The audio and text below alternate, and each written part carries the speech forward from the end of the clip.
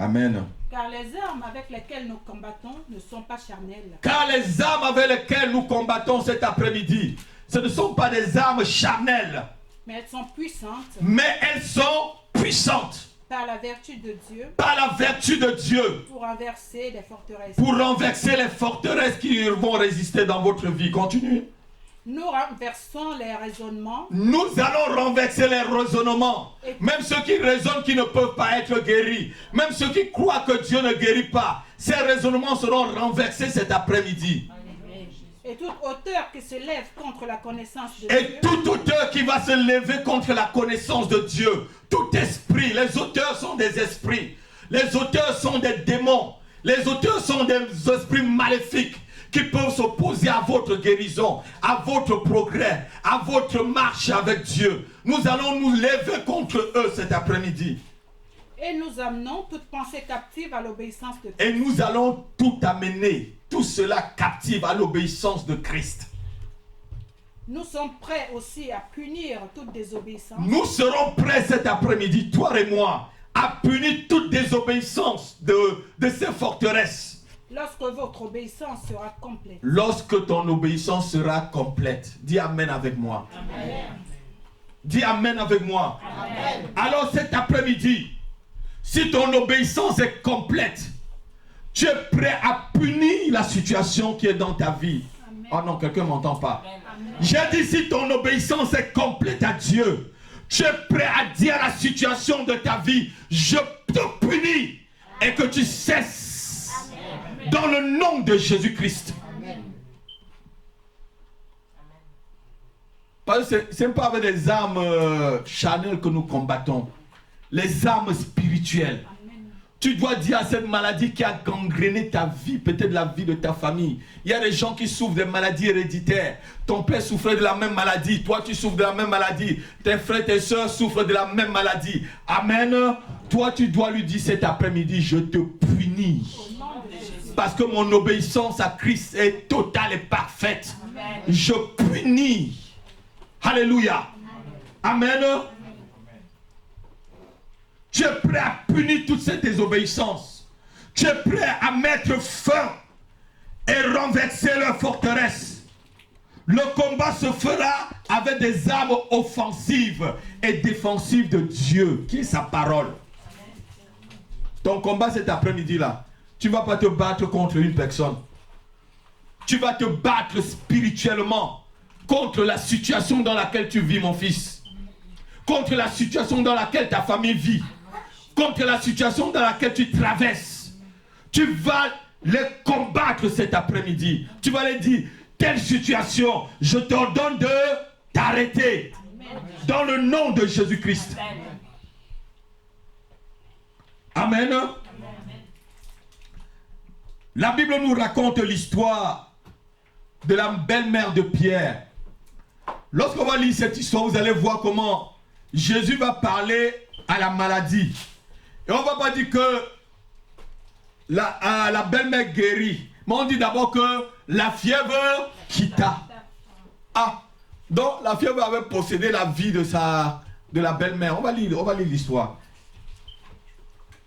Je vais amener votre foi à la grandeur pour que vous atteigniez vraiment cet après-midi, cette guérison que Dieu vous a promis. Luc chapitre 4, verset 38 jusqu'à 41. Évangile selon Luc chapitre 4, verset 38 à 41.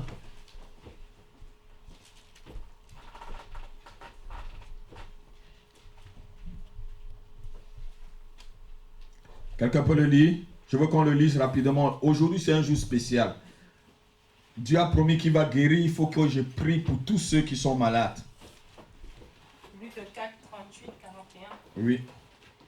En sortant de la synagogue, il se rendit à la maison de Simon. La belle-mère de Simon avait une violente fièvre. La belle-mère de Simon avait une violente fièvre. Dites avec moi, violente fièvre. Continue. Et ils le prièrent en sa faveur. Ils prièrent et ils le prièrent en sa faveur. S'étant penché sur elle, S'étant penché sur elle, il menaça la fièvre. il fait quoi? Il menaça la fièvre. Il menaça la fièvre. Et la fièvre la quitta. Et la fièvre là, on s'arrête à ce niveau-là. Étant penché sur elle, il menaça la fièvre. Et la fièvre la quitta. Tu vas dire au nom de Jésus-Christ.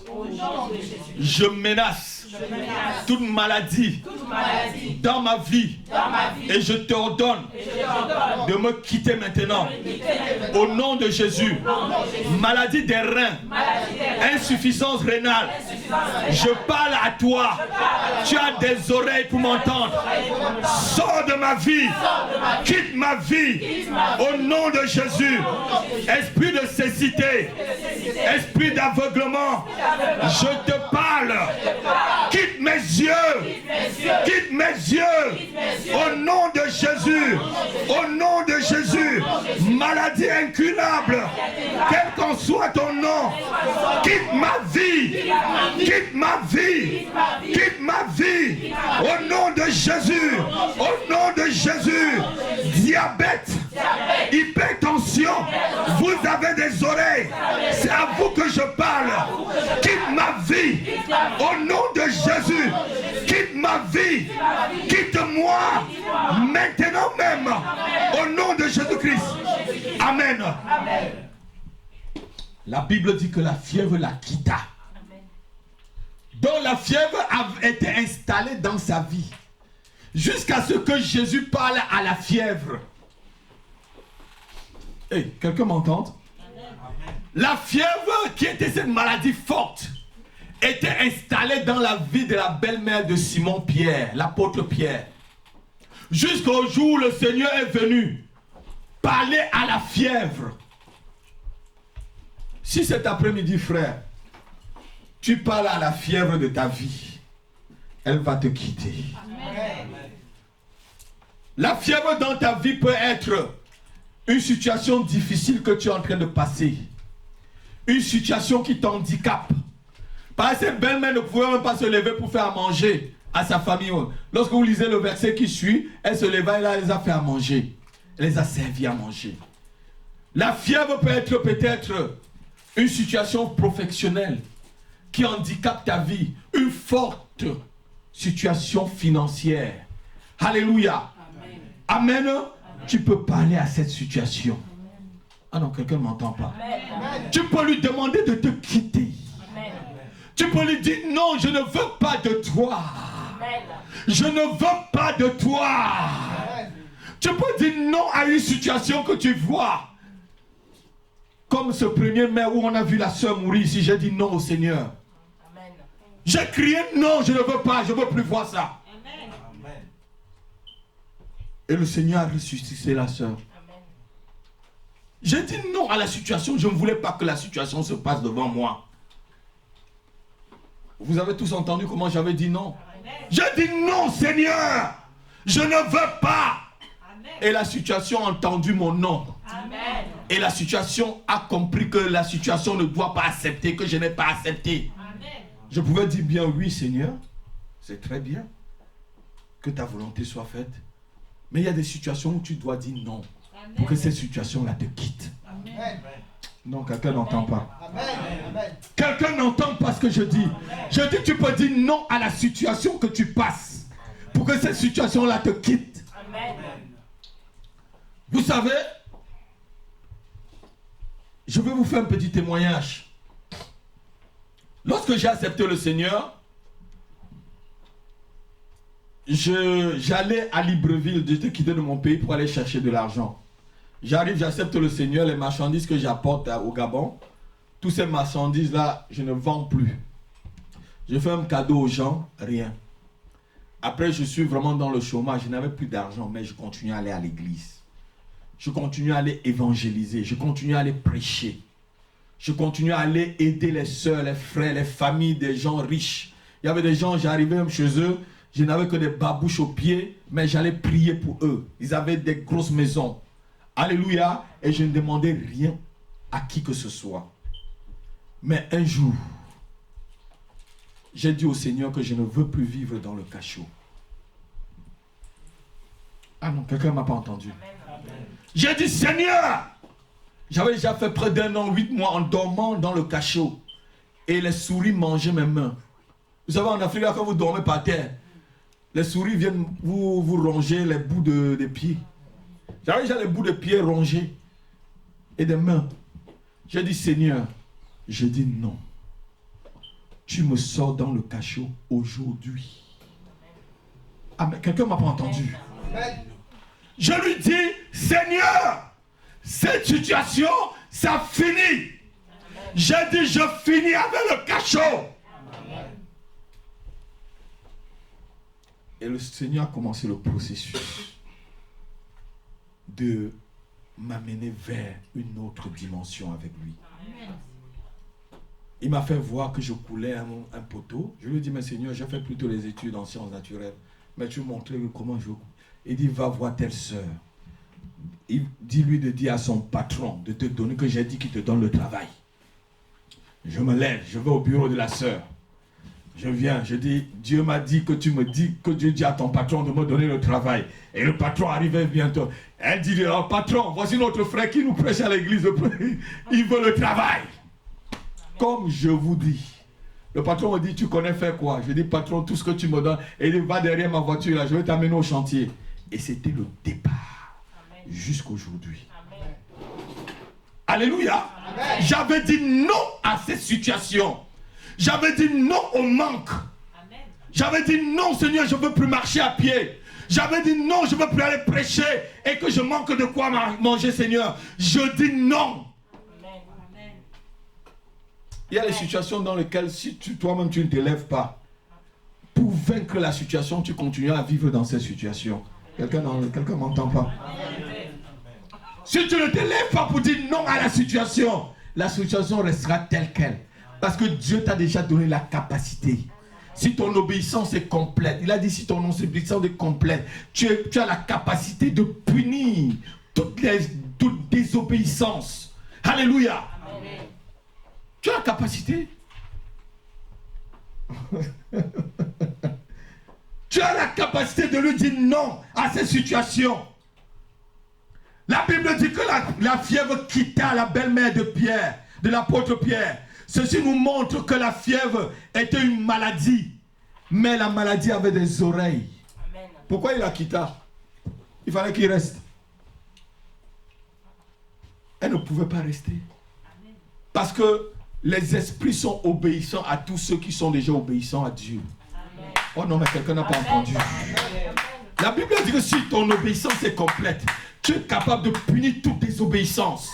Et quand tu es obéissant à Dieu, les démons sont aussi obéissants à toi. Quand tu es obéissant à Dieu, les maladies sont obéissantes à toi. Quand tu es obéissant à Dieu, les situations sont obéissantes à toi. Quand tu es obéissant à Dieu, tout être dans le ciel, sur la terre, sous la terre, te sera obéissant. Amen. Amen. Même le vent, même la tempête était obéissant au Seigneur, non? Amen. Quel est cet homme qui arrête la tempête? Le vent, arrête-toi! Tempête, arrête-toi! Et la tempête se calma. Amen. La tempête avait des oreilles pour entendre. Amen. Oh non, quelqu'un n'a pas entendu cet après-midi. Oh, alléluia! La tempête avait des oreilles pour entendre que c'est la parole de Dieu. C'est la parole de Dieu qui était libérée. Et comme c'est Dieu qui a créé la tempête, toutes les situations de ta vie, c'est Dieu qui l'a créée. Alléluia. Qu'elle soit bonne ou mauvaise, tu peux dire à cette situation, arrête-toi au nom de Jésus-Christ. Et la situation obéit. Amen. Si elle n'obéit pas, regarde ton obéissance. Parce qu'on obéit à ceux qui sont obéissants. Hein? Je connais Paul, je connais Jésus. Mais toi là qui me demande de sortir de ce corps-là, qui es-tu? Parce que je ne te vois pas obéissant. Vous connaissez bien le verset. Les 7 fils de Sévas Et je sais pas si c'était un sacrificateur. Je ne sais même pas quel genre de sacrificateur. C'est un sorcier celui-là. Alléluia. Je connais Paul. Je connais Jésus. Mais toi qui me demandes de partir là, qui es-tu? Si les 7 fils étaient vraiment obéissants, mais le démon devait partir. Aucun démon n'a dit à Paul, je ne pars pas. Aucun démon n'avait dit à Pierre, je ne quitte pas ce corps. Aucune maladie ne les a résistés, on va lire tout à l'heure, où Jésus guérissait toutes les maladies. On n'a pas dit qu'il y a une seule maladie qui ne guérit pas. La Bible dit qu'il guérissait toutes les maladies. Il guérissait toutes les maladies. La fièvre quitta, parce que la fièvre a obéi à la parole du Seigneur. Cet après-midi, dis-toi que quelle qu'en soit la maladie que tu as, elle va te quitter cet après-midi au nom de Jésus-Christ. Lève ta main, tu dis, quelle qu'en soit la maladie qui a sévi dans ma vie pendant des années, j'ordonne qu'elle me quitte cet après-midi au nom de Jésus. Maladie, tu n'es qu'un nom et le nom de Jésus est au-dessus de tout nom. Au nom de Jésus-Christ, maladie, quitte ma vie, quitte ma vie, quitte ma vie au nom de Jésus-Christ. Amen. Je ne connais pas le nom de ta maladie. Je ne connais pas comment elle s'appelle. Elle peut même s'appeler cancer. Elle peut même s'appeler sida. Elle peut même s'appeler maladie sans nom. Mais Jésus est le nom qui est au-dessus de tous les autres noms. Alléluia. Amen. Et la maladie là connaît le nom de Jésus-Christ. Oh non. Je dis, cette maladie-là, elle connaît le nom de Jésus. On va lire tout à l'heure. Comment les démons, quand Jésus arrivait déjà, Jésus, fils de Dieu, tu es venu nous déranger maintenant, nous troubler. Et quel est ton nom, Légion? C'est les démons qui parlaient. Les démons le connaissaient. Tu es venu maintenant nous troubler. Ne nous trouble pas, s'il te plaît. Est-ce que c'est le temps de nous troubler? Même les démons connaissent le temps. Même les démons connaissent que Jésus est le Fils de Dieu. La Bible dit que les démons connaissent que Dieu existe, mais ils tremblent. Quand quelqu'un te dit qu'il connaît que Dieu existe là, mais ça ne va pas le faire de lui chrétien. Le chrétien, c'est celui qui est obéissant. Non. Le chrétien, c'est celui qui est obéissant à la parole de Dieu. On a beaucoup de chrétiens de nom aujourd'hui. Comme on a vu la semaine dernière, les pharisiens, avec les docteurs de la loi. Jésus fait des miracles, eux ils raisonnent. Alors que Jésus leur demandait la foi. Combien raisonnent dans les églises? Combien sont devenus des églises des pharisiens? Les gens sont installés là parce qu'ils veulent que le pasteur leur donne un poste. L'église se gère comme si c'était une entreprise. Oui, il y a le directeur général, le chef de personnel, le chef des ressources humaines, le chef de compte, les comptables, les ceci. C'est pas comme ça que l'église se gère. L'église, c'est la maison de Dieu. Amen. Et c'est Dieu qui gère sa maison. Amen. Si tu viens parce que tu veux un poste dans l'église, vous qui êtes les anciens qui êtes là, vous savez que beaucoup sont venus chercher le poste. Ils ont pris eux-mêmes leur sac. Ils sont partis, non? Amen. Vous êtes toujours là, non? Amen. Amen. Amen. Est-ce que je suis en train de... Je dis quelque chose qui est vrai. Beaucoup sont venus chercher un poste. Ils étaient plus là. Ils ont vu qu'ici, il n'y a pas de poste. On ne parle que de la parole de Dieu. Et sans mélanger, eux-mêmes, ils ont pris le sac. Ils sont partis. Oui. Ici, c'est la parole de Dieu qui va te guérir. Amen. Qui va changer ta vie. Amen. Je peux te donner un poste et tu vas en enfer avec ton poste ici. Je peux te nommer diacre, diaconesse, ancien dans cette église et tu iras en enfer. Alors que tu ne peux qu'être là, tu écoutes la parole, tu la mets en pratique, tu pries et tu vas au ciel. Le poste, ce n'est pas tous ceux qui ont le col blanc comme moi qui iront au ciel. Il y a des gens qui ont le col blanc, mais ils iront en enfer. Col noir. Alléluia. Parce qu'ils n'ont pas prêché la vérité. Parce qu'ils n'ont pas dit la vérité. Ce n'est pas tous ceux qui disent Seigneur, Seigneur, qui entreront dans le royaume des cieux, mais seuls ceux qui feront ma volonté de mon Père. Alléluia. Amen. Combien de gens crient Jésus, Jésus dehors là? Combien font la volonté du Seigneur? L'âge est spacieuse et la route qui mène à la perdition. L'âge est spacieuse, rétrécie et serrée, et la route qui mène à la vie.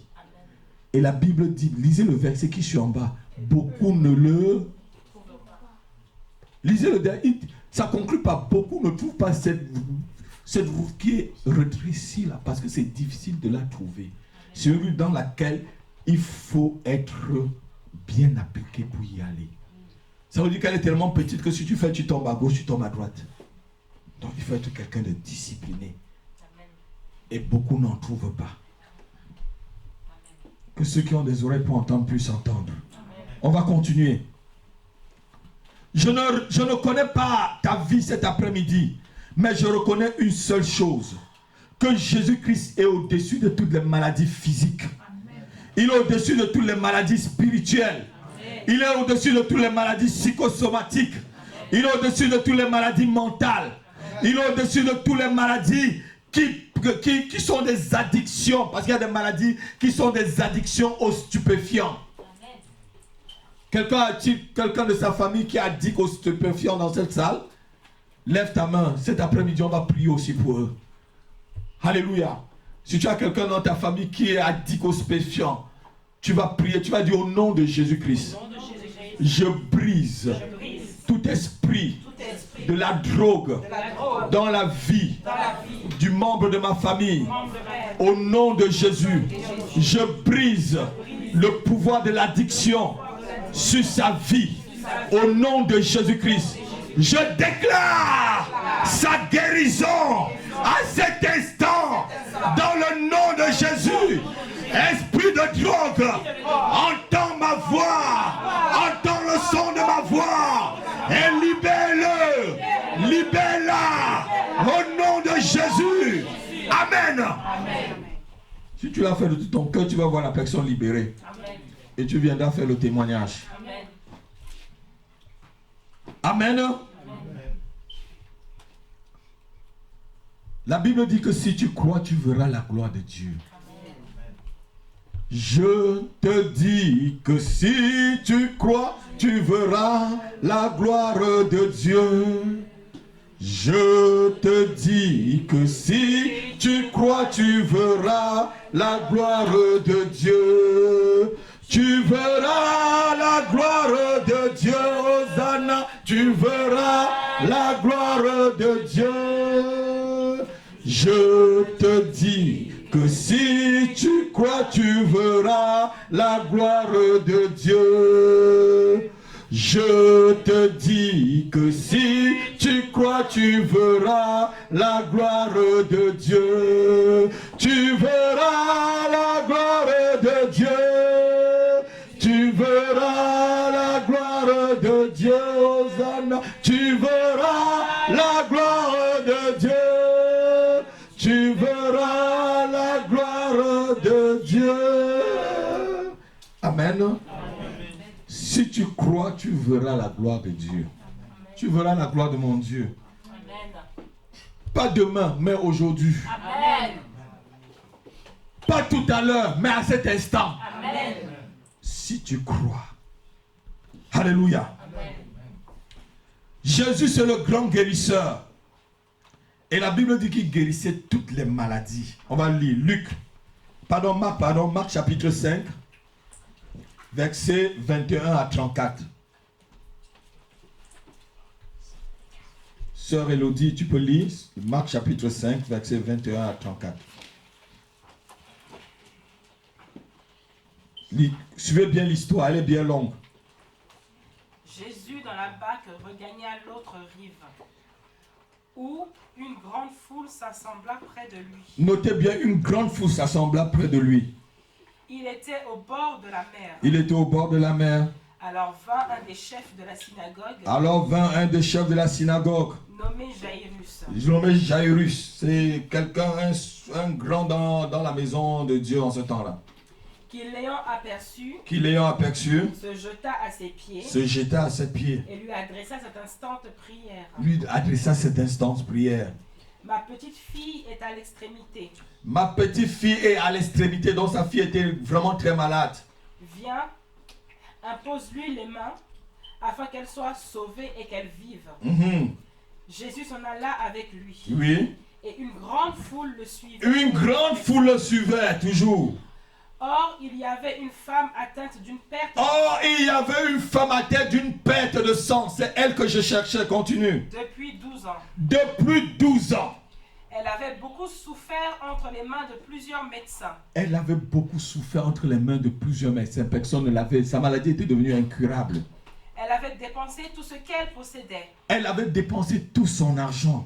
Et elle n'avait éprouvé aucun soulagement. Aucun soulagement. Mais elle était allée plutôt en empirant. Sa situation allait plutôt en s'empirant. Ayant entendu parler de Jésus, Ayant entendu parler de Jésus, la foi vient de ce qu'on entend. Et là, ce qu'on entend vient de la parole de Dieu. Ayant entendu parler, elle vint dans la foule par derrière elle vint dans la foule par derrière. et toucha son vêtement. Et toucha quoi? Son vêtement. Et toucha quoi? Son vêtement. Continue, s'il te plaît. Car elle disait, Car elle disait, si je puis seulement toucher ses vêtements, si je peux seulement toucher le vêtement, je serai guérie. je serai guéri. Quelle foi! Au même instant, Au même instant, la perte de sang s'arrêta. la perte de sang s'arrêta. Cette maladie est partie. Et elle sentit dans son corps Et elle sentit dans son corps qu'elle était guérie de son mal. et qu'elle était guérie de son mal. Jésus connut aussitôt Jésus connut aussitôt en lui-même qu'une force était sortie de lui. qu'une force était sortie de sa propre personne.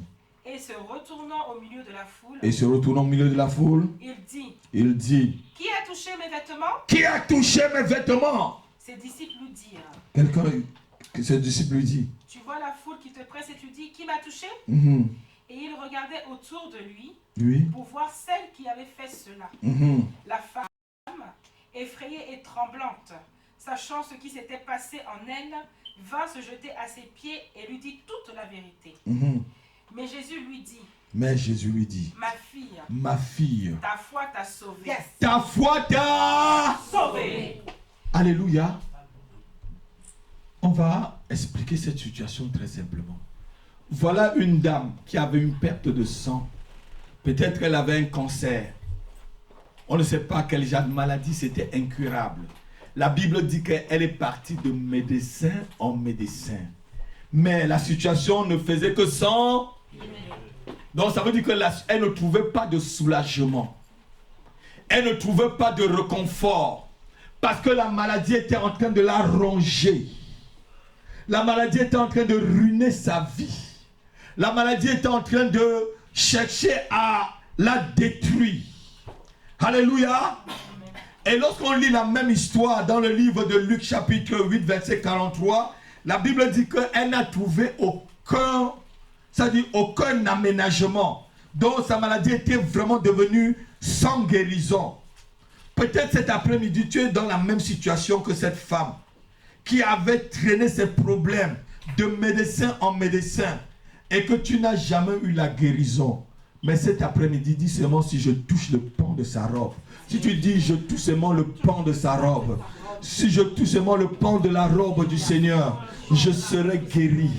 Je t'invite à toucher le pan de la robe du Seigneur. Touche le pan de la robe du Seigneur, même spirituellement. Même pas ton esprit. Touche seulement le pan de sa robe. Et tu feras cette maladie te quitter. Elle avait marché de médecin en médecin. Peut-être tu es parti de guérisseur en guérisseur. Il y a des gens même qui vont jusqu'à partir même chez les guérisseurs, chez les gangas. Ils ne trouvent aucun aménagement. Alléluia. Mais je t'invite à toucher le pan de la robe du Seigneur. Par ta foi. Et tu verras la maladie fuir loin de toi. Crois en Christ qui est la fin de toute maladie. Et tu verras ta guérison germer cet après-midi. Ce n'est pas un homme qui l'a guéri, c'est Dieu lui-même qui l'a guéri. Beaucoup viennent en attendant que le pasteur Happy fasse ceci pour qu'on voit des miracles visibles. Je ne suis pas un faiseur de miracles, mais Dieu à travers moi peut accomplir des miracles. Amen. Je ne suis qu'un instrument. Amen. Alléluia. Amen. Il y a des soi-disant hommes de Dieu qui soufflent. Les gens tombent. Mais il faut comprendre sur la tombe de qui ils vont chercher cette soi-disant puissance. Ben oui. Benin In dit qu'il va tous les ans sur la tombe de Catherine Kuhlman. Faire une offrande et prier sur sa tombe, que c'est de la tombe qu'il a cette puissance. Bien témoignage. Il ne dit pas que sa puissance vient d'en haut. Ma puissance vient d'en haut. Du Père de qui on détient toutes choses. Il dit, ma puissance vient du cimetière. Et les gens sont là, ils applaudissent. Esprit de nécromancie qui communique sur les gens. Le vrai miracle, c'est ta propre conversion d'abord. Amen.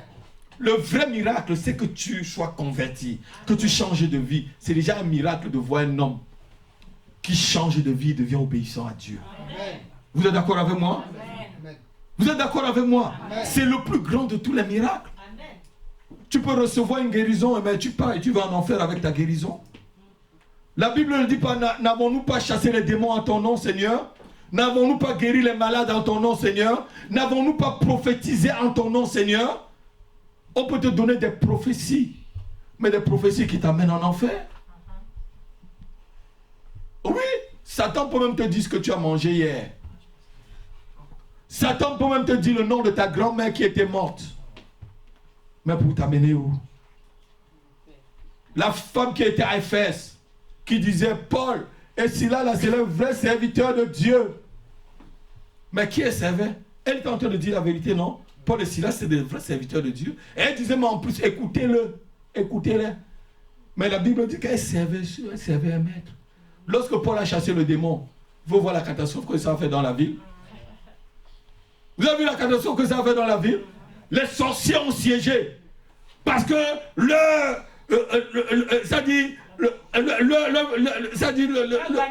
gagne-pain, c'est ça, était menacé. Alléluia. Amen. Méfiez-vous de là où vous mettez vos pieds. Le pasteur Happy aurait déjà tout dit. Suivre Jésus afin de garder sa guérison. On doit suivre Jésus dans le chemin. Dites avec moi, je vais suivre Jésus dans le chemin afin de garder de ma guérison que je reçois cet après-midi. Au nom de Jésus. Amen. Vous savez, j'ai vu à Libreville, Renard Bonquet est venu. Les paralytiques ont marché. Je suis allé voir ces paralytiques. On avait une cellule de prière. J'étais encore dans les 2, 3, 4 mois de conversion. C'était un frère qui s'occupait de la réunion. C'est eux qui m'ont donné le goût du Seigneur. Il s'appelait Emmanuel. Et ses soeurs et ses frères paralytiques avaient marché quelques mois avant que je ne sois converti. Et lors d'une réunion de prière, ils ont témoigné, ils étaient redevenus paralytiques parce que quand Renard Bonquet est arrivé au stade Roma Bongo, ils ont vraiment marché pendant près d'1 mois. Mais pendant tout le mois, ils sont rentrés encore dans ce qu'ils faisaient. Celle qui n'avait pas de petit copain est partie chercher un petit copain. Comme elle était boiteuse, on ne la regardait pas parce qu'elle était boiteuse. Comme elle marchait maintenant très bien, elle voulait rattraper le temps perdu. Et un jour, tous ils sont rentrés, ils se sont couchés et ils se sont réveillés, les pieds sont redevenus faibles. Alors qu'on les a vus tous marcher, le témoignage est vrai. On a commencé à dire que Bonquet était sorcier et tout. Non, Bonquet n'était pas sorcier. elles sont rentrées à ce qu'ils ont vomi. Et la Bible dit que lorsqu'un démon sort de ta vie et il part dans les milieux arides, il revient, il trouve que la maison est bien nettoyée. Il va chercher 7 autres démons plus durs et plus méchants pour venir encore habiter cette maison. Mais s'ils n'ont pas marché comme le Seigneur le voulait, mais les démons pouvaient encore retrouver, la maladie pouvait encore les rattraper. C'était pas la force de Dieu. Alléluia. Amen. Donc lorsque tu suis le Seigneur, suis-le vraiment correctement, s'il te plaît. Le conseil que je vous donne, suis le Seigneur correctement. La vie en Christ, ce n'est pas la blague. C'est la vie de tous les jours et c'est un combat. Amen. Oh non. C'est un combat de tous les jours, mon frère. Amen. On va lire Marc chapitre 10, verset 46 à 53. C'est l'histoire de Bartimée, fils de Timée. Marc chapitre 10. Sœur Thérèse, est-ce que tu peux lire, s'il te plaît? Ouais, Marc chapitre 10, verset 46 à 53. On va lire par là, on va terminer, on va commencer à prier. Alléluia. Amen. Ils arrivèrent à Jéricho. Ils arrivaient à Jéricho. Et lorsque Jésus sortit, avec ses disciples, oui, et une assez grande foule. La foule toujours suivait Jésus. Et ils le suivaient pour faire quoi? Pour voir les miracles. Hein? Ils ne le suivaient pas parce qu'ils étaient convertis. Vous êtes d'accord avec moi? Amen. Ils le suivaient toujours pour voir les miracles. C'est comme les prédications, les sorciers où on vous voyait à la télé, là, quand ils viennent, ils font sortir les pigeons, les œufs par les nez et ceci. Vous voyez, il y a toute une foule dans la salle pour venir le voir. Amen. Parce que les gens aiment bien les miracles. Continue, ma fille. Le fils de Timée. Le fils de Timée, c'est lui qu'on cherche. Bartimée. Mendiant aveugle. Mendiant et aveugle. Il n'est pas tellement mendiant, mais il était encore aveugle en plus. Sa situation était très grave. C'était la maladie qu'il avait dans sa vie. Mendiant et aveugle. Était assis au bord du chemin. Il était, notez bien, il était assis où? Au bord du chemin. Il était assis où? Au bord du chemin. Continue. Il a entendu que c'était Jésus de Nazareth. Et il a, comme l'autre dame. L'autre dame avait entendu. Et Bartimée aussi a entendu. La foi vient de ce qu'on a. Continue, ma fille. Et il se mit à crier. Il se mit à crier. Cette fois-ci, celui-là a dit non. Moi, je veux plutôt crier. Je veux plutôt crier jusqu'à ce que ma situation de maladie mendiant et aveugle va entendre. Ah, vas-y. Fils de David. Fils de David. Jésus, aie pitié de moi. Jésus, aie pitié de moi. Plusieurs le reprenaient. Les gens même le reprenaient à toi. Qu'est-ce que tu dis là? Toi, mendiant, aveugle, tu ne vois même pas. Laisse les vrais gens, la foule comme nous là, les gens qui sont debout, suivre Jésus. Toi, le mendiant là, tu es là, tu es né mendiant, tu es né aveugle. Reste là, tu es déjà comme ça. Continue. Plusieurs le reprenaient pour le faire taire. Plusieurs le reprenaient pour le faire taire, ouais. Mais il criait beaucoup plus fort. Mais il criait beaucoup plus fort. Fils de David. Fils de David. Aie pitié de moi. Aie pitié de moi. Jésus s'arrêta et dit. Jésus s'arrêta et dit. Appelez-le. Appelez-le. Ils appelèrent l'aveugle. Ils appelaient l'aveugle. En lui disant. En lui disant. Prends courage. Prends courage, ma fille. Lève-toi. Prends courage, mon fils, cet après-midi.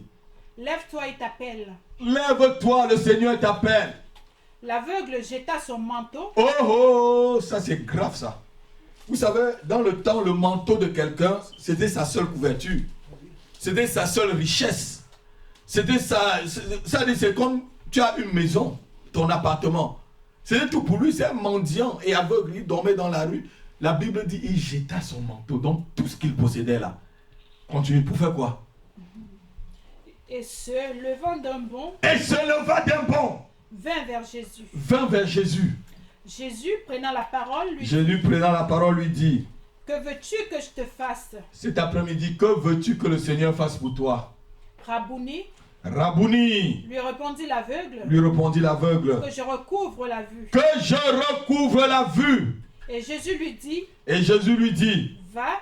Va. Ta foi t'a sauvé. Comme la même dame, la même parole. Comme cette dame où elle avait la perte de sang. Va, ma fille, ta foi t'a sauvé. Va, ta foi t'a sauvé. Et lis le dernier verset. Aussitôt, il recouvra la vue. Et aussitôt, il recouvra la vue. Et suivra Jésus dans le chemin. Et suivra Jésus dans le chemin. Cette personne, fils de Timée, était au bord du chemin. Alléluia. Donc, il était au bord du chemin. Quand quelqu'un est au bord du chemin, là, ça veut dire que la société l'a déjà classé. Un non aligné par la société. Donc on savait déjà que lui là, il va rester comme ça. Il était au bord du chemin. Peut-être la maladie t'a mis au bord du chemin cet après-midi. Peut-être la situation de ta vie t'a mis au bord du chemin. Peut-être ton mariage t'a mis au bord du chemin. Peut-être ce sont tes enfants qui t'ont mis au bord du chemin. Peut-être c'est ton travail qui te met au bord du chemin. Alléluia. Tu vas crier à Jésus cet après-midi. Tu vas dire Jésus, fils de David, aie pitié de moi. Jésus, fils de David, aie pitié de moi. Jésus, fils de David, aie pitié de moi. Aie pitié de moi. Aie pitié de moi. Amen. Bartimée a crié. Et son cri, c'était une prière, s'il vous plaît. Il ne priait pas quelqu'un, il priait Jésus. Amen. Le Fils de Dieu. Alléluia. La Bible dit qu'il cria à Jésus fort. Et son cri était la manifestation de sa foi. Que Jésus seul pouvait le guérir. Il y a beaucoup de gens qui sont passés par là. Mais Bartimée n'avait jamais crié leur nom. Il y a des souverains sacrificateurs qui sont passés par là. Mais ils n'avaient jamais crié leur nom. Il y a des docteurs de la loi qui sont passés par là. Mais Bartimée n'avait jamais crié leur nom. Il y a des riches qui sont passés par là, mais Bartimée n'avait jamais crié leur nom. Il y a même des médecins qui sont passés par là, mais Bartimée n'avait jamais crié leur nom. Mais le jour où il a entendu, que c'est le médecin des médecins, Jésus-Christ, le Fils de Dieu, qui est passé. Alléluia. Il a dit, je ne rate pas l'occasion. Ah non, il a dit quoi? Je ne rate pas l'occasion. Je ne rate pas. Il y a des occasions qui se présentent devant vous seulement une seule fois dans la vie. Amen. Jésus passait par là, mais il ne pouvait ne plus passer. Il pouvait encore aller au ciel sans plus passer par là. Mais il a dit cette situation-là, je ne vais pas là. Alléluia. Amen. Cet après-midi, ne rate pas ta guérison. Amen. Oh non. Ne rate pas ta délivrance cet après-midi. Amen. Ne rate pas le changement de ta vie cet après-midi. Amen. Amen. Amen. Jésus, fils de David, aie pitié de moi. Bartimée reçut deux types de guérison. Bartimée a reçu deux catégories de guérison. La première guérison, c'était la guérison spirituelle. C'est cette guérison-là qu'il a enlevée du bord du chemin pour faire maintenant suivre Jésus dans le chemin. On a lu qu'il était d'abord au bord du chemin. Amen. Maintenant, il était dans le chemin pour suivre Jésus. Lorsque tu seras dans le chemin pour suivre Jésus, tu auras ta guérison. Amen. Tu auras ta délivrance. Amen. Tu auras ton élévation. Amen. Tu auras ta prospérité qui va te suivre. Amen. Tu auras tout ce que Dieu a prévu avant la fondation du monde pour toi qui te suivra. Amen. Même les papiers là, tu l'appelleras, tu diras carte de séjour, viens, il viendra. Amen. Tu diras à un mari, Marie, même si tu es à l'extrémité de la terre, je t'appelle, il va venir. Amen. Parce que tout cela te suivra lorsque tu seras dans le chemin avec Jésus. Amen. Mais lorsque tu seras au bord du chemin, tu vas toujours mendier les bénédictions. Quelqu'un n'a pas entendu? Amen. Lorsque tu seras au bord du chemin, tu ne seras qu'un aveugle et un mendiant de bénédiction. Lorsque tu vivras le Seigneur au bord, tu seras toujours un mendiant et un aveugle. Et il y en a plein dans les églises. Amen. Il y en a plein qui sont seulement pour mendier. Amen. Les bénédictions.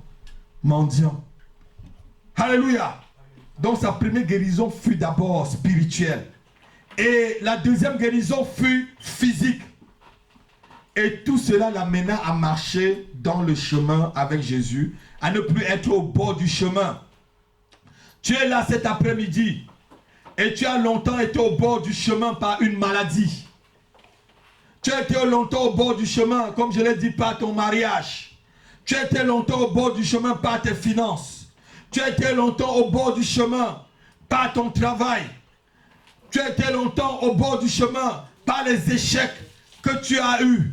Tu as été longtemps au bord du chemin par les calomnies. Tu as été au bord longtemps du chemin par l'humiliation. Tu as été longtemps au bord du chemin par l'addiction, comme j'ai dit tout à l'heure. Tu as été longtemps au bord du chemin par des possessions démoniaques. Tu as été longtemps au bord du chemin par beaucoup de choses qui tracassent ta vie. Tu n'as jamais vu la lumière. Tu n'as jamais vu la joie. Tu n'as jamais eu vraiment la joie du salut. Il y a une soeur qui m'a dit, pasteur, je n'ai jamais eu la joie du salut. Alléluia.